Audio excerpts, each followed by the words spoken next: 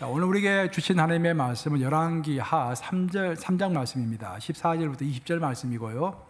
설교 제목은 믿음과 기대, 이 골짜기의 웅덩이를 많이 파라입니다. 제가 봉독해 드리겠습니다. 엘리사가 이르되 내가 섬기는 만군의 여호와께서 살아계심을 두고 맹세하노니 내가 만일 유다의 왕 여호사밧의 얼굴을 봄이 아니면 그 앞에서 당신을 향하지도 아니하고 보지도 아니하였으리라. 이제 내게로 검은고 탈 자를 불러오소서 하니라. 검은고 타는 자가 검은고를 탈 때에 여호와의 손이 엘리사 위에 있더니 그가 이르되 여호와의 말씀이 이 골짜기에 개천을 많이 파라 하셨나이다. 여호와께서 이르시기를 너희가 바람도 보지 못하고 비도 보지 못하되 이 골짜기에 물이 가득하여 너희와 너희 가축과 짐승이 마시리라 하셨나이다. 이것은 여호와께서 보시기에 작은 일이라. 여호와께서 모압 사람도 당신의 손에 넘기시리니. 19절 20절 합독합니다. 시작. 당신들이 모든 견고한 성읍과 모든 아름다운 성읍을 치고 모든 좋은 나무를 베고 모든 샘을 메우고 돌로 모든 좋은 밭을 헐리다 하더니 아침이 되어 소재 들을 때 물이 에돔 쪽에서부터 흘러와 그 땅에 가득하였더라. 살아계신 하나님의 말씀입니다. 우리가 이제 선박을 이야기할 때, 배를 이야기할 때 배 용어 중에 하나가 벨레스트라는 단어가 있습니다. 벨레스트는 한국말로 하면 배짐이고요. 배가 이제 물 위에 떠 있으면 물 밑에 가라앉아 있는 부분, 그 부위에다가 이제 바닷물을 집어넣든지 모래나 돌 같은 것을 집어넣어 가지고 그 아랫부분을 묵직하게 만드는 것입니다. 그 묵직하게 만드는 이유가 그 벨라스트가 없으면은 태풍이 몰아치고 강한 비바람이 몰아치면은요 배가 자꾸 흔들리면서 전복되기 쉽습니다. 항상 기초가 묵직해야 배가 균형을 잡고 태풍이 불더라도 잠시 넘어진 듯 하다가도 다시 일어서는 것입니다. 사실 미국이 수많은 정치, 경제적인 여러 가지 이 도전이 있음에도 불구하고 아직까지 이렇게 미국이 버티고 있는 이유는, 세계 최강대국으로서 버티고 있는 이유는 미국의 벨레스트가 든든하기 때문입니다. 미국의 벨레스트, 다른 말로 하면 한 국가의 벨레스트는 무엇보다도 중산층입니다. 중산층이 많아야 그 나라가 튼튼한 것입니다. 나라가 어떤 혁신적인 기술을 계속해서 만들어내고 또 실력만 있으면은 얼마든지 계층을 이동할 수 있는 그런 사회. 내가 가난하게 살고 있다고 할지라도 내가 열심히 노력하고 내가 능력이 있고 내가 부지런하면은 얼마든지 잘 사는 계열에 포함될 수 있는 그런 사회. 또 자기 생각과 자기의 사상을 꺾임없이 자유롭게 이야기하고 함께 토론하고 다른 사람의 이야기에 경청하며 또 내 주장을 할 수 있는 그런 사회. 또 자기의 능력을 가지고 어느 직장이든지 지원하고 또 취업이 되어서 자기 능력을 마음껏 발휘할 수 있는 그런 사회가 될수록 그 나라의 중산층은 늘어나는 것입니다. 보통 사람들이 아메리칸 드림이라는 말을 많이 하는데 거기서 아메리칸 드림 할 때 드림이라는 것은 중산층이 될 수 있는 나라. 내가 노력만 하고 내가 성실만 하고 내가 정직하게 살아가면은 얼마든지 가난한 자에서 중산층이 될 수 있는 사회, 그런 사회를 이야기할 때 보통 우리는 아메리칸 드림이라고 이야기하고 있는 것입니다. 근데 최근 들어서 미국에 큰일이 지금 생기고 있는데 그 중산층이 무너지고 있다는 것입니다. 아메리칸 드림이 무너지고 있다는 것입니다. 빈부의 격차가 더욱더 심해지면서 가난한 사람이 부자가 되는 것이 가면 갈수록 어려워지고 있는 것입니다. 노벨 경제학상을 받았던 앵거스 디턴이 2020년에 책을 한 권 발간을 해서 미국의 베스트셀러가 됐는데 그 책의 이름은 Death of Despair and the Future of Capitalism 이라는 책입니다. 한국말로 번역을 하면은 절망의 죽음과 자본주의의 미래가 되겠습니다.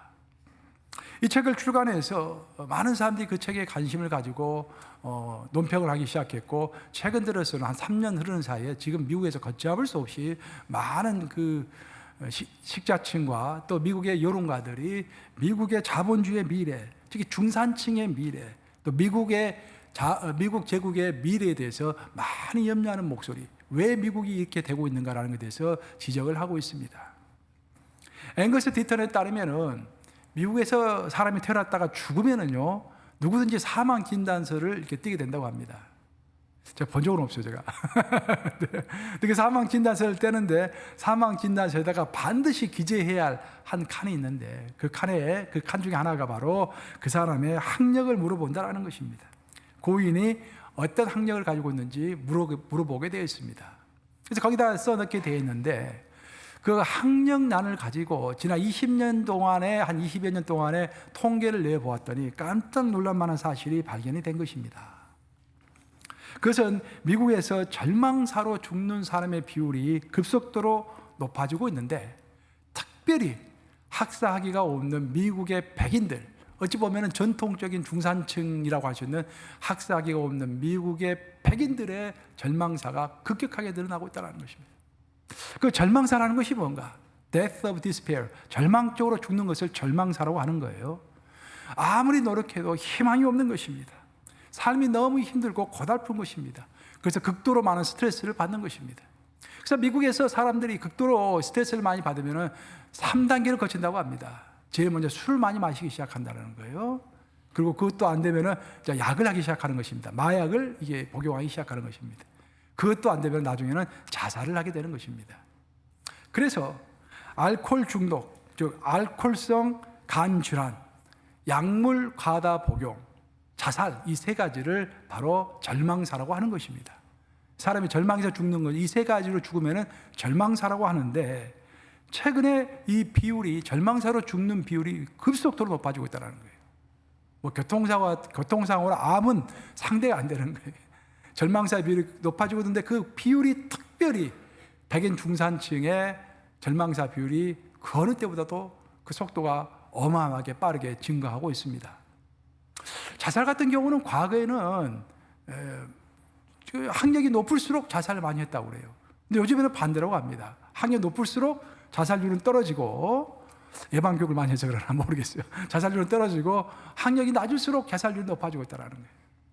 그리고 옛날에는 뭐 알코올이나 알코올 중독이나 마약 중독하면 주로 흑인들이 이제 많이 했는데 흑인들의 비율은 오히려 점점 줄어들고 있다고 그래요. 교육이 좀 되고 있는 것이죠. 근데 그 백인 중산층, 학사학위가 없는 백인 남성들의 그 알코올 중독과 마약 중독이 급속도로 높아지고 있는 거예요. 특히 1990년도 말부터 2000년대 초까지 아실 분은 아시겠는데 옥시콘틴이라고 하는 마약성 진통제가 있는데 그 진통제를 의사들이 이게 처방할 수 있도록 의회가 허락을 했습니다. 원래 허락을 하면 안 되는데 그래서 이제 제약회사들이 로비를 한 거예요. 로비를 내가지고 그 미국의 제약회사 로비스트들이 돈을 가장 많이 쓰지 않습니까?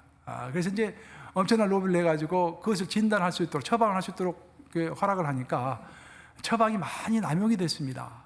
그래서 조금 아프면은 이게 옥시콘틴이 들어가 있는 마약성 진통제를 사람들이 많이 먹게 되고 그렇게 해서 이제 어느 정도 중독이 될 정도 해가지고 이제 처방이 끊겨지니까 중독이 됐기 때문에 계속 그것을 막고 싶은 거예요. 그래서 미국의 중산층들이 길거리에 나가서 마약상들에게 손을 내밀어서 마약을 구입하기 시작했던 것입니다. 특히 최근에 큰 논란이 되고 있는 것이 강력한 마약 성분이 들어있는 펜타닐죠. 펜타닐이라는 말 많이 들어보시죠, 여러분. 펜타닐은 어마어마한 것입니다. 중국에서 생산이 돼가지고 멕시코를 통해서 미국으로 들어오는데 요즘에 한국까지 들어가 있어요, 지금. 그건요, 한 번 복용을 하면은 끊을 수가 없습니다. 그것을 이제 그러니까 빼앗으려고 갔던 경찰이 그 공기 중으로 올라온 펜타닐을 흡입하고 거기서 기절한 일도 있었어요. 그 정도로 강력합니다. 근데 그 마약상들이 일반적으로 파는 마약들, 강도가 좀 낮은 마약에다가 그 펜타닐을 조금 섞은 거예요. 그래서 한 번 먹으면 뗄 수 없을 정도로 사람들을 만들어 놓는 것입니다. 그래서 요즘 미국과 한국의 그 마약이 사용률이 급속도로 이렇게 올라가고 있는 것입니다. 결국 지금 미국의 중산층은 굉장히 그 미국의 밸러스트, 미국의 배짐이라고 할 수 있는, 미국의 힘이라고 할 수 있는 중산층이 많은 어려움을 지금 겪고 있는데 그 원인을 한마디로 요약하면은 그 중산층들에게 희망이 없는 것입니다. 희망과 기대가 없기 때문에 이들이 낭망하게 되는 것이고 약에 손을 대는 것이고 자살하게 되는 것입니다. 아시다시피 세계화가 이루어지면서 자유무역이 시행되게 되었죠. 그러면서 프리 트레이드라고 하는 자유무역 존들이 많이 생기면서 중국에 있는 뭐 값싼 물건이라든지 남미에 있는 값싼 물건들이 미국에 많이 들어오면서 생산직에 있었던 중산층 백인들의 일감들이 많이 없어지는 것입니다. 또한 교회 공장 자동화가 진행이 되면서 그들이 많이 이게 이제 직장에서 해고가 되었고, 더 큰 문제는 미국은 노조가 힘을 쓰지 못합니다. 또 원래 그런 것이 아니에요. 미국이 1950년대, 60년대는 노조가 굉장히 강했습니다. 한때 전 미국 노동자들의 한 60% 이상이 노조 가입을 했었죠. 근데 지금은 20%도 안 됩니다. 노조가 힘을 잃어버렸기 때문에 단체 교섭권이 없는 거예요. 그러면서 미국에서 학사기가 없는 백인들이 경제적으로 큰 타격을 입으면서 삶에 대한 희망과 기대가 사라지고 있는 것입니다. 그런데 이 영향이 사회로만 끝나는 것이 아니라 우리 교회도 큰 영향을 좀 미치고 있어요. 교회 통계를 보면은요, 미국 교회 통계를 보면은 아까 이야기한 그 백인 중산층의 교회 출석률이 유독 급속히 떨어지고 있습니다. 지금 그 허리 부분이 지금 교회를 안 나오고 있는 거예요. 그리고 그 오래 나이 드신 분들, 80 넘으신 분들은 이제 꾸준하게 나오시는데 그 백인 중산층들이, 젊은 중산층들이 교회를 등한시하고 있는 것입니다.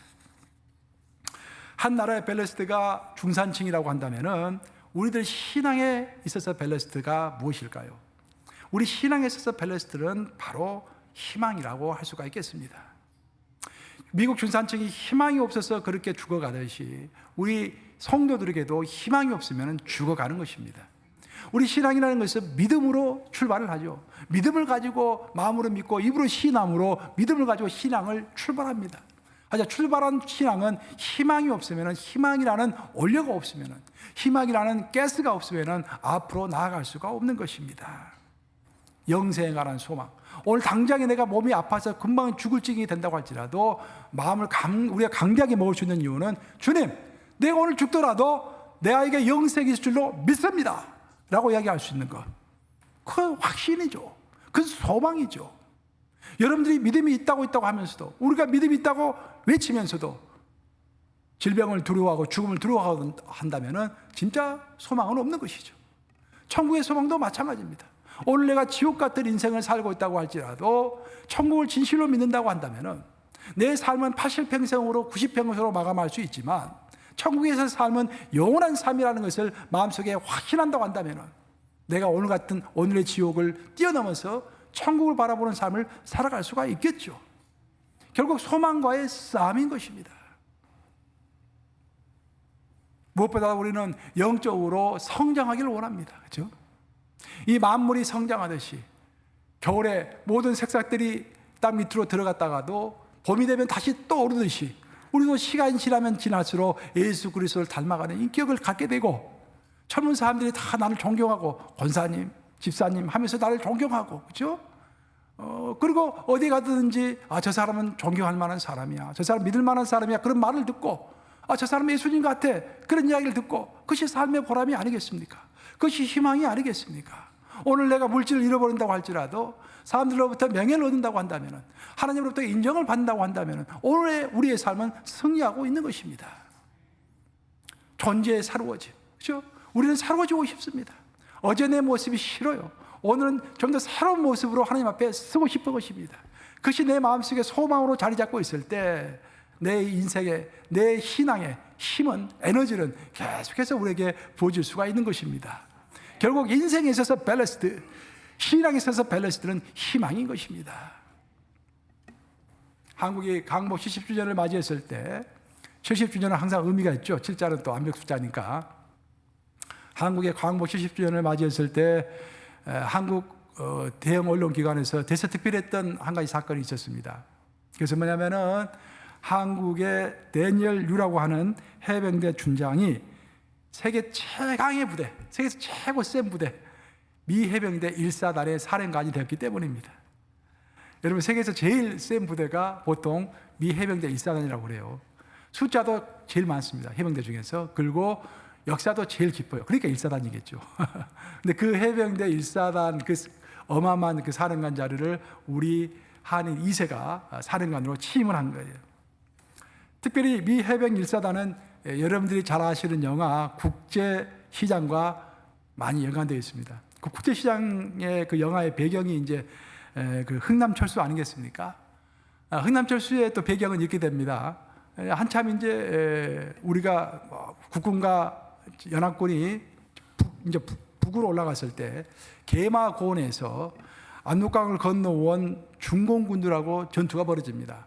그때 최선봉에서 중공군과 싸웠던 사람이 바로 미 해병대 1사단이었습니다.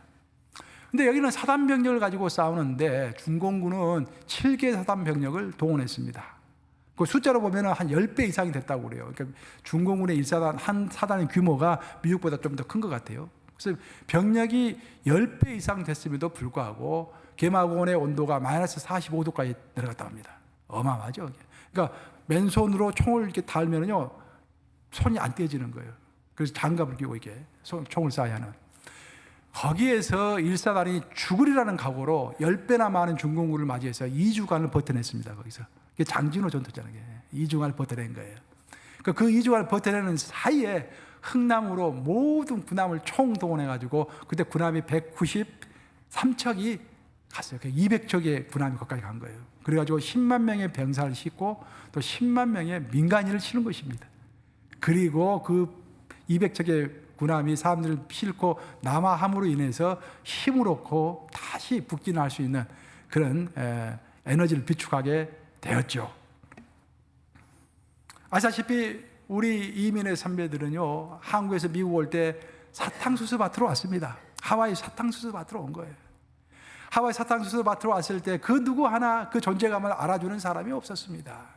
뭐 오늘날도 마찬가지 아닙니까? 오늘날도 보면은 저 아프리카에서 난민이 돼가지고 그런 모습으로 미국 오면은 그 누구 하나 눈길 줍니까? 그런 사람들에게. 근데 그 당시에 조선이라고 하는 알지도 못하는 나라에서 상투 틀고 왔잖아요. 상투 틀고. 그 역사적인 책을 읽어보면은 사람들이 그 조선 사람들 옆에 가지를 않았대요. 왜냐하면 냄새가 이렇게 많이 났다고 그래요. 몸을 씻지 않아가지고. 김치 냄새, 뭐 땀 냄새 그런 것들을 가지고 왔으니 누가 옆에 쳐다보기나 했겠습니까?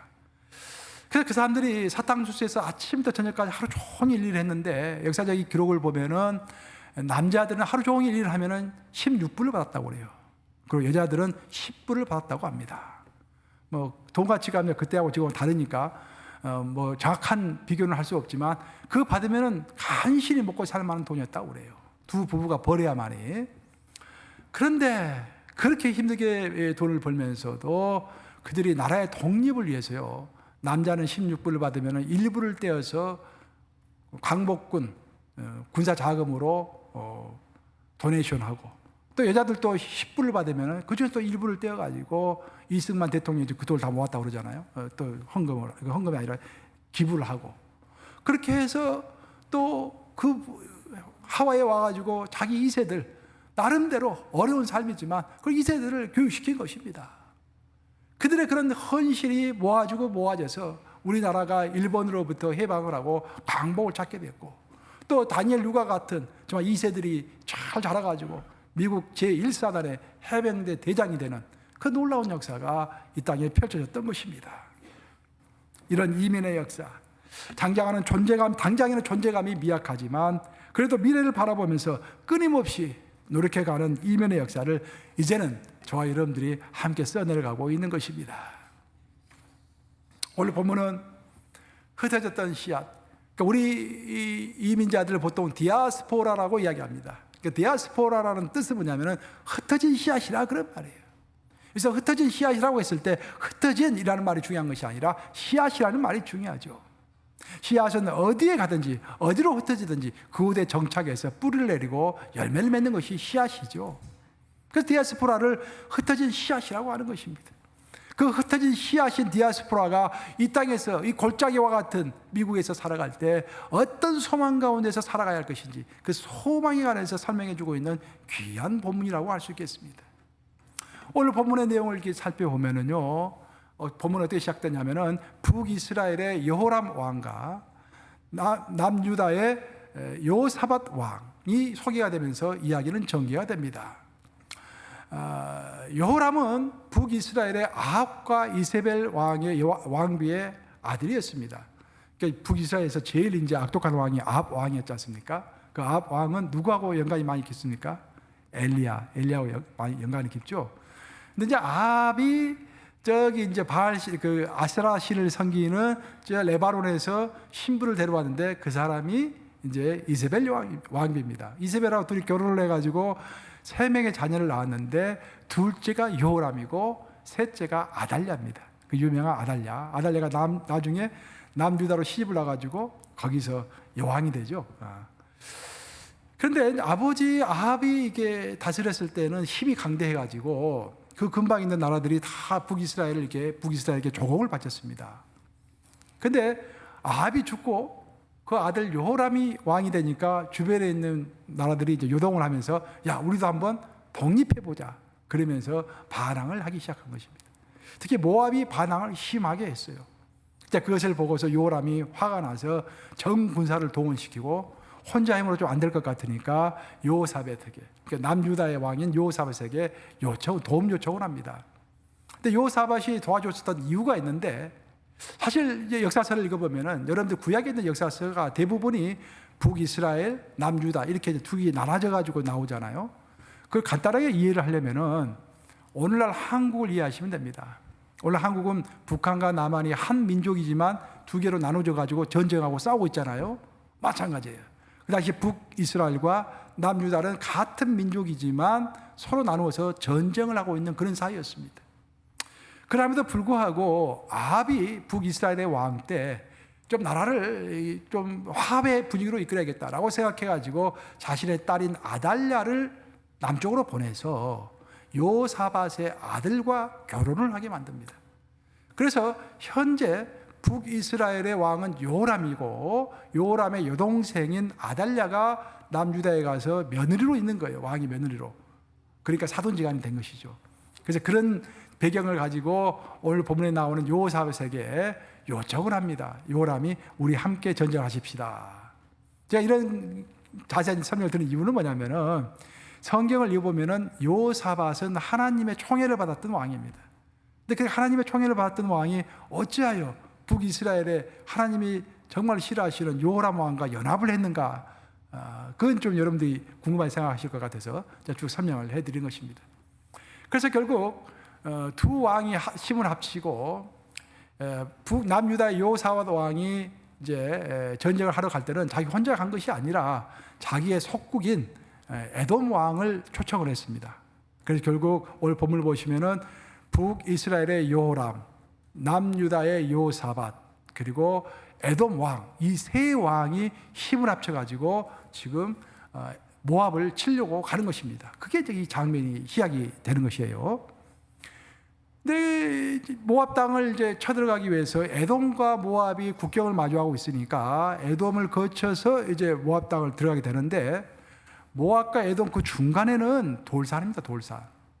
그래서 그곳은 아시라고 하는 지역인데 그 아시가 바위 골짜기였습니다.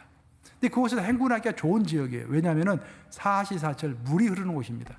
그 근방에 나무가 좀 있었던 것 같아요. 그래서 그 사시사철 물이 흐르는 곳이기 때문에 이스라엘에 있어서 제일 어려운 것은 물을 먹는 것이 힘든데 물이 사시사철 흐르고 있으니까 전쟁하기 좋잖아요. 그래서 길을 걸어가고 있는데 이상하게 갑자기 물이 보이질 않는 것입니다. 물이 다 말라 있는 거예요. 그래서 하루 길을 걸어갔습니다. 이틀 길을 걸어갔어요. 3일 길을 걸어갔습니다. 그래서 계속 물이 나오질 않습니다. 그리고 7일 동안 길을 계속 걸어갔다고 본문은 설명을 합니다. 그리고 7일 동안 물이 나오지 않자 병사들은 요동하기 시작했고 이제 물이 없으니까 군사력이 급격히 그 힘이 저하가 되잖아요. 사기가 저하된 상태에서 여호사밧이 문득 깨닫게 되는 거예요. 이것은 물리적인 일이 아니라 영적인 일이다 라고 딱 깨닫게 되는 것입니다. 여호사밧 역시 촉이 있죠. 이거 영적으로 해결해야 할 문제다 라고 생각하면서 병사에게 묻습니다. 이 근방에 하나님의 종이 있느냐라고 물어봐요. 그때 마침 북이스라엘에 누가 있습니까? 엘리사가 있었죠. 이 근방에 하나님의 종인 엘리사가 있습니다 라는 보고를 받게 돼요. 그래서 엘리사를 찾아가게 되는 것입니다. 그래서 오늘 본문을 보시면은 여호람과 여호사밧과 에돔 왕 3명이 엘리사를 찾아가게 되는 거예요. 엘리사에게 묻습니다. 어떻게 해야 합니까? 그랬더니 엘리사가 오늘 답변을 하는데 그 답변 내용이 본문에 나오는 3장 14절 말씀입니다. 한번 같이 읽어보겠습니다. 3장 14절 한번 띄워보시기 바랍니다.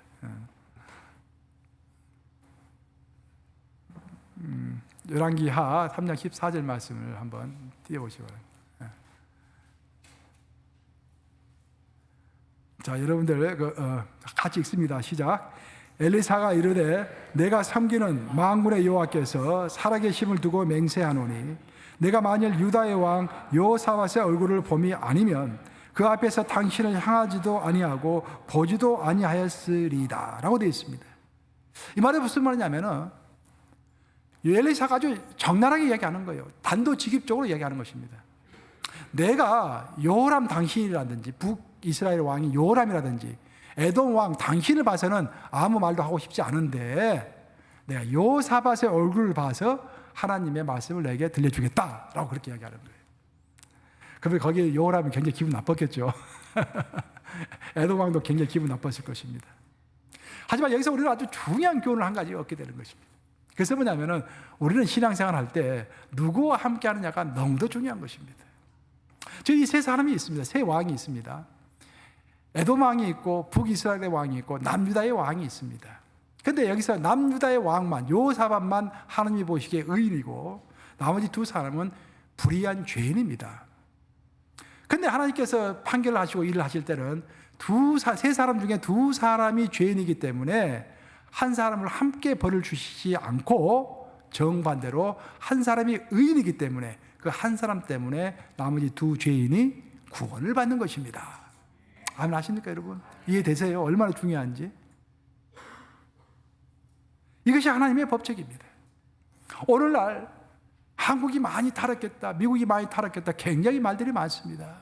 한국의 정치가 아주 다 망했다, 교회가 타락했다, 미국도 너무 공화당 민주당 나눠가지고 너무 싸움이 지나치다, 여러 가지 말들이 많습니다. 하지만 그럼에도 불구하고 이렇게 미국과 한국이 유지되어 나가는 이유는 뭐냐면은 비록 소수이지만 아직도 의로운 사람, 하나님의 사람, 그 의로운 사람이 있기 때문인 것입니다. 그 소수의 의로운 사람 때문에 나라 전체가 구원을 받는 것입니다. 여러분들이 한국을 어떻게 생각할지 모르겠지만요, 한국 요즘에 굉장히 큰 문제가 많은 것처럼 보이잖아요. 근데 멀리 좀 떨어져서 객관적으로 보면은요, 한국이 굉장히 잘 나가고 있습니다. 최근에 제국 인덱스라는 것이 있어요. 이제 모든 그 장기 사이클을 가지고 이 어떤 나라가 제국의 반열에 오르고 있는지 그것을 보면은요, 작년 2022년도 통계를 보면은 한국이 세계 6위입니다. 6위. 이게 굉장한 사건입니다.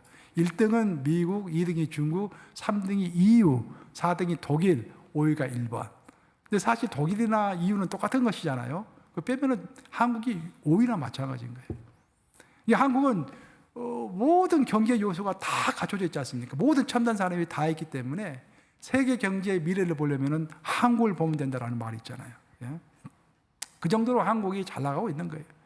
겉으로 보면 나쁜 것도 많이 일어나고 있지만 그럼 왜 그렇게 잘 나가고 있는가?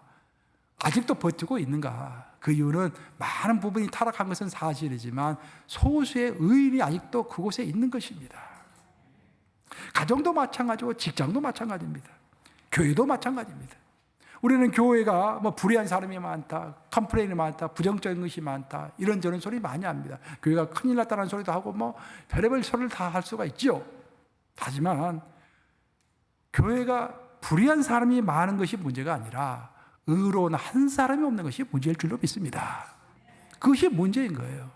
담임 목사부터 의로운 사람이 되고 우리 장로님들 제대로 의로운 사람이 되면은 걱정할 것이 없습니다. 그 의로운 사람 때문에 하나님이 우리 교회를 축복하지 아니하겠습니까, 여러분? 그러니까 우리가 걱정해야 할 것은 불의한 사람, 문제를 일으킨 사람이 많은 것을 걱정할 것이 아니라 내 자신이 하나님 앞에서 의로운 한 사람이 되지 못하는 것, 그걸 통탄하고 울며 기도해야 할 줄로 믿습니다. 그것이 기포인트인 거예요. 우리는 이 땅에 불의한 사람들이 이렇게 많다고 한탄하기 전에 내가 의로운 한 사람이 되어야 하는 것입니다. 그래야 나로 인해서 내 가정이 살고요. 여러분 가정도 마찬가지입니다. 내가 이게 상담을 해보면은 생각보다도 많은 가정이요. 목사님, 우리 가정은 아무도 믿지 않아요. 나만 믿고 있습니다. 그런 분들이 꽤 돼요. 근데 여러분 너무 염려하지 마세요. 여러분 한 사람이 제대로 서면은요, 언젠가는 여러분의 가정도 서게 되어 있습니다. 여러분 부모님도 서게 되어 있고요. 여러분 동생들도 서게 되어 있고, 언젠가는 여러분 가정이 서게 되어 있는 것입니다. 문제는 내가 바로 서지 못하는 것이 문제인 것입니다. 여러분 직장도 마찬가지예요. 여러분 직장에 가면은 불평, 불만들이 많이 생기죠. 왜 직장은 이것밖에 못하나? 그런 생각이 들 거 아니에요. 염려하지 마세요. 너무 불평하지 마세요. 나라도 제대로 정확히 출근해서 출근 시간 제대로 지키고 또 업무 시간은 딴짓 하지 않고 열심히 일을 하고 또 양심에 꺾임이 없이 모든 것을 처리하고 여러분들이 꿋꿋하게 하나님의 방식대로 살아가면은 주변의 사람들이 여러분들을 다 보고 있는 거예요. 누구든지 다 옆에 보고 있습니다. 여러분들이 제대로 생활 생활을 해나가면은 걱정할 것이 없는 것입니다. 여호사밧 때문에 하나님께 기도했던 엘리사는 드디어 이제 하나님의 음성을 듣게 돼요. 그러면서 이제 애언을 하기 시작합니다. 하나님의 말씀을 전달하기 시작합니다. 그 전달 내용이 나오는데 16절과 17절에 나오고 있습니다. 하나님께서 어떻게 말씀하셨는지 한번 살펴보겠습니다. 같이 읽습니다. 시작. 그가 이르되 여호와의 말씀이 이 골짜기에 개철 많이 파라 하셨나이다. 여호와께서 이르시기를 너희가 바람도 보지 못하고 비도 보지 못하되 이 골짜기에 물이 가득하여 너희와 너희 가축과 짐승이 마시리라 하셨나이다. 이거 하나님의 굉장히 신 말씀입니다. 하나님이 뭐라고 하셨냐면은 개천을 많이 파라라고 되어 있어요. 근데 여기서 개천이라는 것은 바른 성경을 이렇게 읽어보면은 웅덩이라고 되어 있어요. 뭐 개천이라고 해도 되는데 웅덩이라고 이해하시는 게 더 편할 것 같아요. 트렌치 같은 웅덩이. 웅덩이는 뭐냐면은 이스라엘은 비가 잘 안 내리잖아요. 물이 없잖아요. 그래서 웅덩이를 많이 파놓습니다. 평상시에. 그러다가 비가 내리면은 그 웅덩이에 물이 찰 거 아니에요.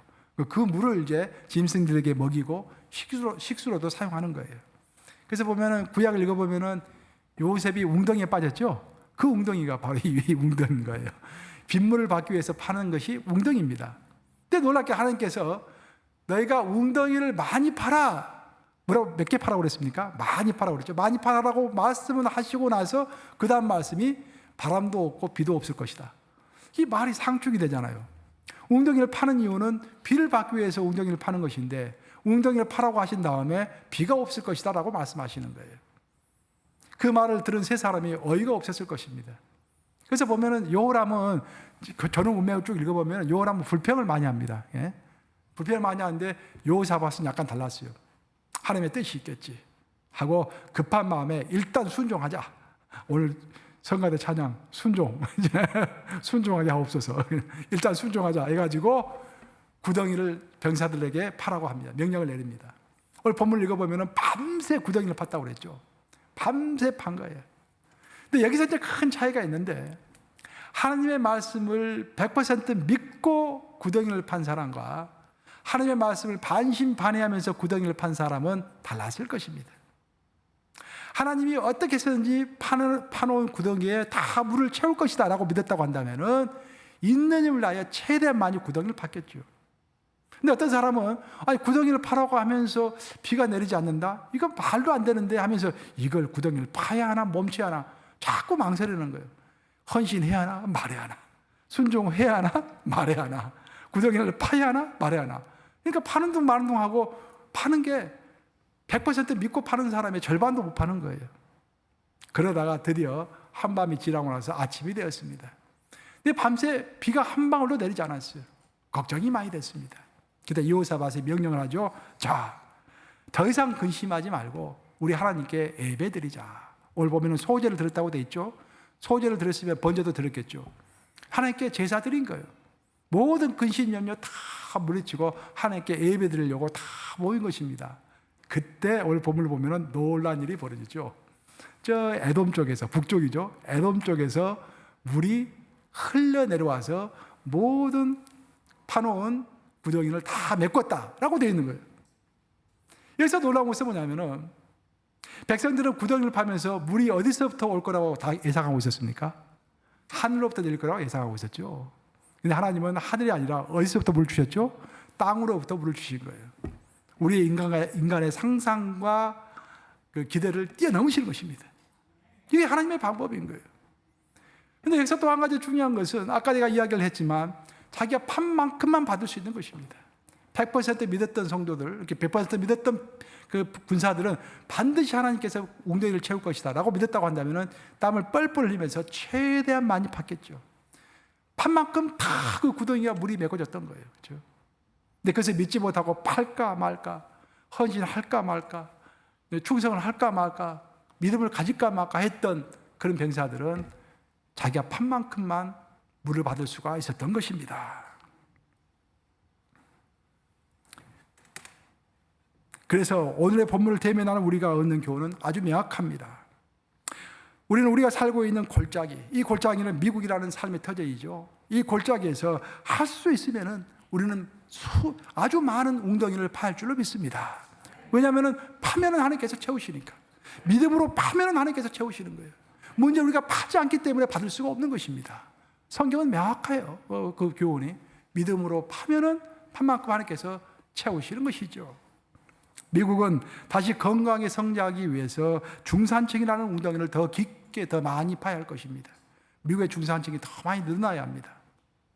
그리고 교회는 무엇보다도 예수님의 모범을 닮아서 예수님의 제자라는 웅덩이를 더 깊게 또 더 넓게 계속해서 파야 합니다. 예수님이 이 땅에서 공생을 사시면서 가장 많은 시간과 에너지를 투자하는 게 뭐였습니까, 여러분? 제자 양성하는 것이었습니다. 예수님의 사역을 공생애를 3년을 쭉 살펴보면요, 초기 한 1년간은 대중사역을 겸하셨어요. 대중사역과 제자훈련 사역을 두 개를 하셨죠. 그러다가 오병이의 기적을 베푸시고 나서 너희가 내 살과 피를 먹지 않고는 영생을 얻을 수 없다라는 설교를 했을 때 그 예수님을 따랐던 그 사람, 그 많은 군중들이 아니 우리는 그런 말 필요 없고 먹을 것이 필요하다, 마실 것이 필요하다라고 하면서 예수님을 다 떠났죠. 그때 예수님은 나머지 12명의 제자를 가지고 나머지 2년의 공생애를 12명을 끝까지 키우는데 최선을 다하신 것입니다. 더 중요한 것은 예수님은 부활하시고 나서 이 땅에서 40일 동안 유하시다가 하늘로 승천하셨죠. 그 40일 동안 머무를 때 다른 일을 하신 게 아니에요. 대중사역을 하시고 언론에다가 나 부활했다고 알린 적이 없습니다. 예수님은 그 40일 동안, 그 귀한 40일 동안에 11명의 제자를 집중적으로 훈련시키셨죠.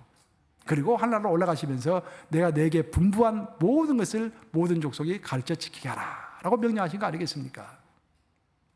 결국 우리가 무엇을 파야 할 것인가? 이 골짜기에 웅덩이를 많이 파라고 했는데 우리가 파야 할 웅덩이가 무엇일까? 어떤 것을 파야 하나님께서 기뻐하시고 또 영원한 것으로 남게 될 것인가? 결국 성경 이야기하는 것은 사람입니다. 사람. 여러분들도 이거 평신도나 사역자나 구분이 없어요. 저도 내가 죽어서 하나님 앞에 심판대 앞에 서면은 내가 기른 제자들, 내가 키운 성도들, 그 심판 받을 거 아니겠습니까? 여러분들도 마찬가지입니다. 누구를 키웠는지, 누구를 위해서 기도했는지, 누구를 위하여 눈물로 권면했는지 그걸 가지고 하나님 앞에 심판을 받을 것입니다. 사도 바울로 보면 예수님의 삶과 닮은 면이 많습니다. 사도 바울이 대단한 선교사였지만 많은 사람들이 사도 바울을 따른 것은 아니었어요. 사도 바울이 죽었을 때 죽기 직전에 쓴 편지가 디모데후서 아닙니까? 디모데후서를 읽어보면 사도 바울 옆에 남아있는 사람이 얼마 남아있지 않았습니다. 하도 답답해가지고 대마는 세상을 사랑하여 떠났고 라고 얘기했지 않습니까? 디도도 떠났고 대마도 떠났습니다. 다 사도 바울 떠난 거예요. 근데 디모데만 남아있는 거예요. 그 디모데에게 그런 편지를 썼죠. 디모데후서 2장 2절을 보면은 너는 내게 들은 바를 충성된 사람에게 전해라. 그럼 그 사람들이 또 다른 사람에게 전할 것이다. 즉 내가 너를 훈련시켰던 그 말씀, 하나님의 말씀을 다른 사람이 아니라 충성된 사람에게 전하라 그런 말이에요. 그러면 그 충성된 사람이 또 다른 사람에게 전하면서 하나님의 나라를 넓혀지고 너를 통하여 나는 하나님의 상급을 받을 것이다 라는 고백을 하고 있는 것입니다. 그런 제자의 세움의 역사가 저와 여러분들 삶에 있기를 우리 주님의 이름으로 축원합니다. 아울러서 마지막으로 보면은 또 하나 웅덩이를 생각할 때 우리가 어떤 웅덩이를 파야 할 것인가 생각하면은 훈련의 웅덩이도 우리가 잘 파야 합니다. 뭐 훈련이라면은 대단한 것이 훈련이 아니에요. 내 자신을 돌아보는 거예요. 그죠? 우리 존재가 매일매일 새로워져야 않겠습니까? 내가 어제보다 오늘 내가 더 새로워지고 있는가? 그죠? 내 자신을 돌아보면서 반성하면서 특히 내가 여러분들이 꼭 이야기 드리고 싶은 것은 뭐냐면은 성경을 읽어보면은 그 씨를 하나님께서 구분하고 계시잖아요. 심을 씨와 먹을 양식을 이렇게 구분하고 있습니다. 하나님께서는. 그러니까 뿌릴 씨는 손을 대지 말라고 그랬어요. 먹을 것만 먹으라고 그랬습니다. 쉽게 이야기하면은 농사꾼이 농사를 지을 때 종자를 갖고 있잖아요. 종자. 옥수수를 심으려면 옥수수 종자가 있어야 그래서 밭에 뿌리고 추수를 할 수 있을 거 아니에요. 근데 보릿고개를 지나갈 때 너무 배가 고픈 거예요. 그래서 어떤 사람들은 종자로 뿌리려고 남겨놓은 그 씨앗을 먹는 사람이 있는 거예요. 종자를 먹는 사람이 있는 거예요. 그 종자를 먹어버리면요, 미래에 희망이 전혀 없습니다. 그렇죠, 여러분들? 우리의 신앙에도 어떤 희망이 있어야 할 거 아니에요. 그 말은 무슨 말이냐면은, 내가 오늘 지금 비즈니스를 하고 있어. 아침부터 저녁까지 굉장히 바빠. 근데 속으로는 내가 성경도 좀 읽고 싶고, 또 성경 공부도 좀 하고 싶고, 기도도 좀 하고 싶어. 마음은 있어. 네, 오늘 너무 피곤하구나. 내일부터 해야지. 미뤄. 내일 됐어. 또 피곤해. 또 미뤄. 그래서 1년이 지나면서 미뤄지는 거야. 그러다 1년 지나고, 3년 지나고, 5년 지나고, 은퇴할 나이가 되는 거예요, 이게. 그게 바로 종자를 먹는 것입니다. 그러니까 하나님께 드려야 할 시간, 우리 24시간을 갖고 있잖아요. 24시간 중에서 내가 훈련에 투자해야 할 시간, 성경을 읽어야 할 시간, 그렇죠? 내가 기도에 써야 할 시간, 그걸 떼어놔야 하는 거예요. 그것을 떼어놓지 않으면 내가 매일 종자를 먹고 있는 것입니다. 내 신앙에 미래가 없는 것입니다. 항상 이 모양 이 꼴로 살아가는 거예요, 이게. 그래서 우리가 구덩이를 판다라고 했을 때, 웅덩이를 판다라고 했을 때 훈련의 웅덩이도 꼭 파야 줄로 믿습니다. 이제 말씀 마무리합니다. 오늘 본문 이야기의 발단은 상계국의 왕과 군사들이 행군하고 있었는데 7일 동안이나 물이 나오지 않아서 절망하는 장면으로 시작을 했습니다. 우리 인생도 마찬가지입니다. 물이 나와야 하는데 물이 나오지가 않을 때가 있어요. 지금 어떤 축복이 터지지 않은데 축복이 터지질 않는 거야. 지금 어떤 잭팟이 터지지 않은데 터지질 않을 때가 있습니다. 빨리빨리 진행이 돼야 하는데 굉장히 일이 더디게 진행이 될 때가 있습니다. 그러면 우리가 어떻게 합니까? 오늘 본문을 읽어보시면요, 아주 순서에 따라서 명확하게 우리에게 해답을 주고 있습니다. 여호사밧이 했던 것을 그대로 따라서 하면 됩니다. 여호사밧은 7일 동안 물이 나오지가 않고 인생이 힘들어지니까 이것은 영적인 문제다라는 것을 자각하고 먼저 하나님께 물었습니다. 첫째, 뭐 해야 한다? 하나님께 물어야 한다.